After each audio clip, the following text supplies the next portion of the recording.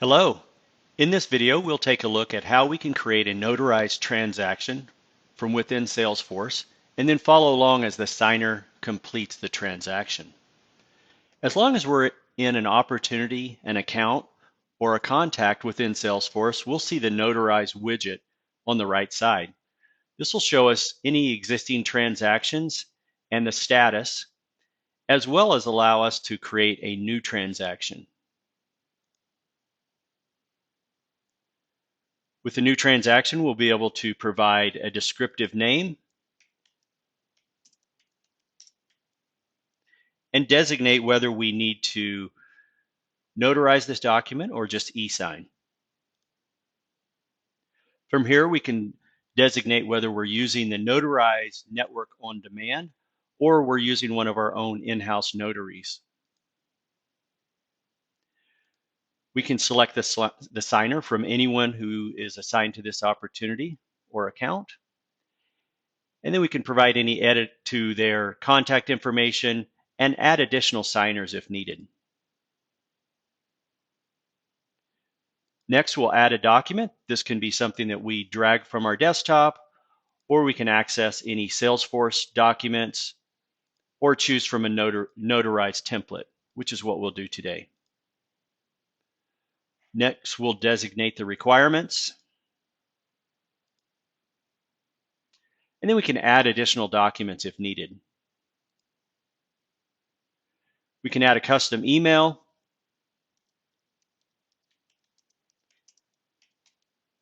This will provide any instructions for our signer.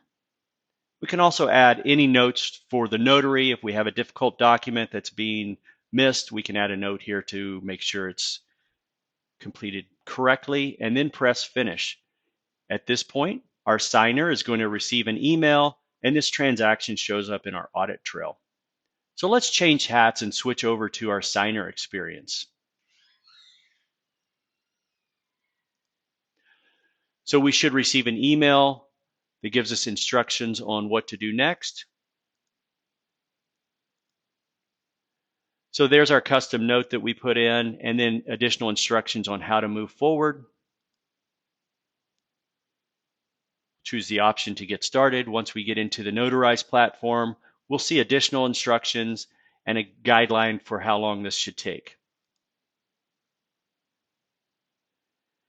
We can confirm our name and provide any corrections if needed. We'll have a chance to view the document. If there's any fields for us to complete, we could do that at this time. Next, we'll do a hardware check to make sure that we have not only the camera, but also the audio equipment and the internet connection required to do this transaction. So once the internet connection is completed, even if we don't have a great internet connection, it's not going to keep us from continuing. Next, we'll verify our ID. So this will provide us with a 2-minute knowledge base authentication that provides some information from our public record to verify that we are who we say we are and adds to the security of this process. Once we pass that, we have the ability to scan in our ID. We can either do that on a mobile device or on our webcam. Today we'll do that using our webcam, and this allows us to take a picture of our driver's license or other ID. Gives us instructions to make sure that we are doing this correctly and allows us to retake if necessary. We're also going to take a picture of the back.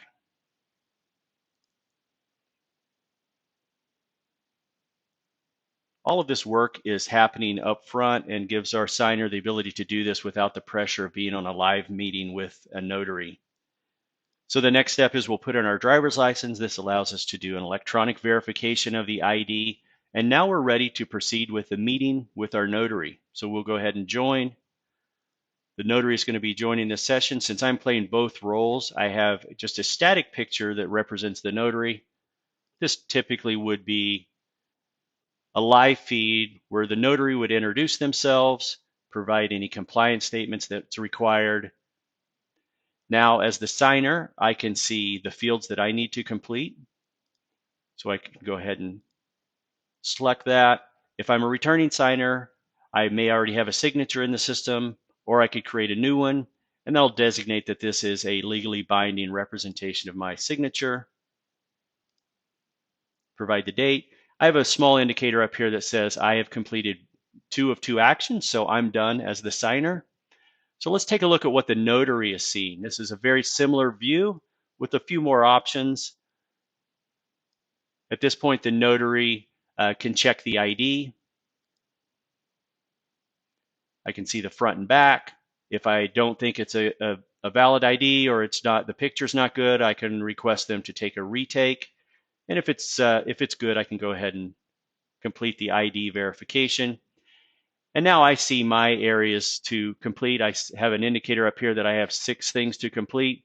I can quickly apply the information that's stored in the system that represents my notary register. I can choose the type of seal I want to apply. And then I can also drag over a disclosure statement. Any other fields that I want to drag over, I can do that as well. So now it shows that I am complete. At this point, I can press the complete option, say goodbye to my signer, and complete the meeting. We'll drag this out of the way. The signer has the ability to provide some feedback in a small survey.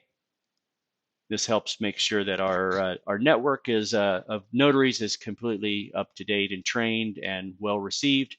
And at this point, our signer will receive an email with this document. They also have the ability to download it now or send it to additional recipients. As far as the transaction goes, if I go back into Salesforce and refresh, I can see that this document is complete and I have my audit trail. And that is how we do simpler, smarter, and safer notarizations within Salesforce.